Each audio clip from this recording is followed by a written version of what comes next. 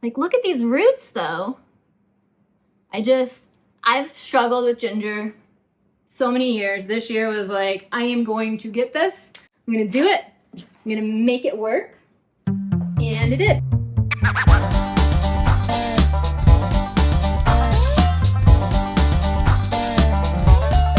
Now, most sources will say it takes 4 to 6 weeks just to get it to start rooting and sprouting. And while I didn't catch it right when the roots started coming out of the rhizomes, I did catch it at day 10.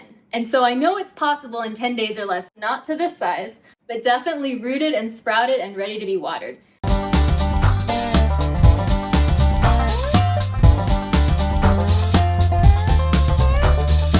If you can find really nice plump rhizomes, that is the first step to fail-proof ginger. You don't want them to be wrinkly or shriveled.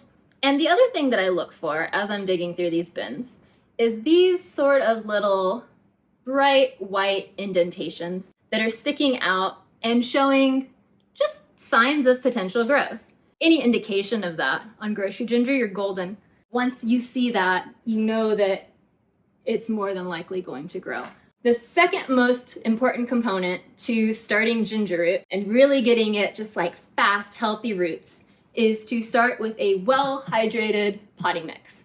I say this pretty much every time we're doing any sort of propagation where it needs to be really, really well hydrated, preferably pre-hydrated. I hydrate it usually the night before. And so you can see like this is a biologically active mix. I want to get water in on it. It was totally dry when I started, and I put a little bokashi in, which is why you see the bigger white fuzz. It's about 1.5 gallons of water to the 20 quarts of soil. Like, we're looking again for that squishiness. I'll show you. It's a little bit drippy. That's to account for any ginger bits I'm putting in there that might be wrinkly. I don't typically soak my ginger root, even if it is this wrinkly, if it already has growth. If it doesn't have any growth, then I might soak it, but it's not ideal to soak it because that just starts the rotting process in my mind. I like to use the most shallow trays that I have available.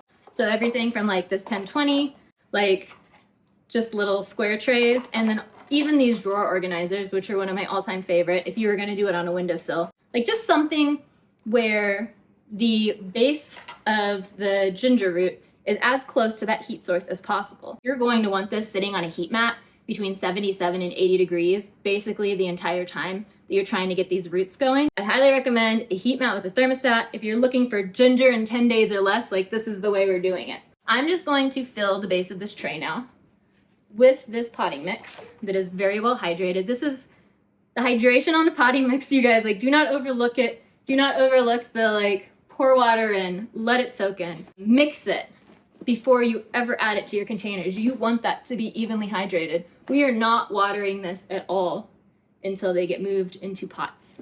And none of the trays that I will show you have been watered at all since I started them over a month ago. So we're just gonna spread, I probably leave, I don't know, like 1 inch from the top. They just spread out a good amount of potting mix. And then what we do from there is we're looking for all of these little eye buds, right? Because that's the spot where your roots and your shoots are going to come out. It's not going to grow like a bunch of extra roots and stuff off of the bulk pieces there. So we're gonna break apart these rhizomes so that each of those little spots is touching, like physically touching the soil. I'm not burying them. That's another critical point here, I think, is that unless you're really burying it, the risk of rot like is pretty low. As long as this is evenly hydrated and not too drippy, but not too dry. We're breaking them up and we're pushing it just so the very edge of this sprouted part is touching the soil. That is all it needs, I promise you. That is literally all it needs. So from there, I will fill this entire tray with little ginger roots, and I will put a dome on it. And if you don't have a dome, you could run a piece of like plastic wrap over the top. You probably could like pull 2 different grocery bags and like tape them. You want to create an environment where it's humid as you can see that there's moisture on here. So it's humid, it traps the heat, so the heat's radiating around these. And again, we're doing 77 to 80 degrees. I think I have mine set at like 78, 79, because I'm also doing sweet potatoes, and they want it a little warmer. These guys won't care, but at least that temperature, bottom heat, will get these guys going. After this has been going on for like a week, you'll pop open the top and you'll see something like this. And that is if you've evenly hydrated your potting mix, if you have it on a heat mat. If you don't have a heat mat, it's gonna take longer, but I'd still recommend, putting the dome on it. Then once you start to see these little green sprouts breaking through, we will lift one of these up and show you the amount of roots. Knock some dirt off too. And the soil is finally starting to feel dry. I am not even joking. I have not watered these at all in at least 5 weeks. It might be closer to 6 at this point, like I've lost count, but they come up in a week and a half, and I have not watered this tray at all. What I would do if there's like multiple shoots and you want to spread your ginger out a little bit, I mean, you could plant that, but if you're looking to get more plants and like space them out more, then you just cut them on the rhizome, not across like the roots that are rooting, but cut it on the rhizome, and then you have 2 separate plants. This will end up being another one there too. And then this guy can go in a pot like this. So from here, what I do is I'll fill this part of the way with soil. I will set this ginger in here. It's a little too early for these to go out. It's not warm enough, so I'm gonna keep them in smaller pots inside and let them keep growing. And then once the temperatures outside are consistently warm, and we're really talking like probably 75, 80 and above, I'd say at minimum, similar to the heat mat, then these guys can get planted outside somewhere. I was just gonna show you, the turmerics take a little bit longer, and I was worried I was killing them, but this one's probably the best example, where you can see like these root hairs are starting to come out now, and there's like little new growth starting to develop. So just be patient with them. If you do turmeric, a lot of times you're not gonna find that super sprouted at the store, but again, if you get it where it's like nice and plump, you can do exactly the same where you set it right on top and go from there. I think this is these are little turmeric babies that are starting to actually sprout. I hadn't checked this tray in a minute. Sweet potatoes, same thing, and it takes, I don't know, probably about 3 weeks to really get those slips going.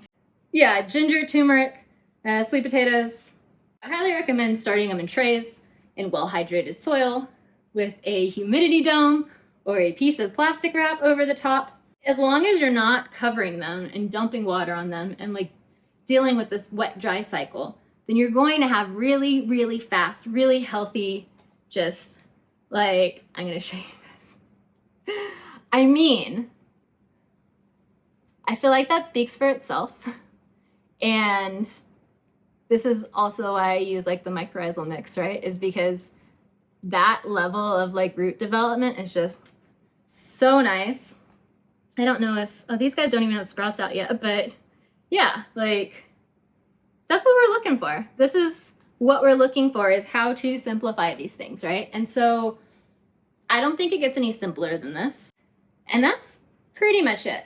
These again will go out at some point when it's warm enough, and then they will start to develop all of these guys. And then we'll save some from this selection and not have to buy ginger root next year. So just trying really hard to demystify and simplify these sorts of processes, make them a lot faster for you, because the faster you can get something to grow roots like this, the healthier those plants will be, the less problems you'll have with them.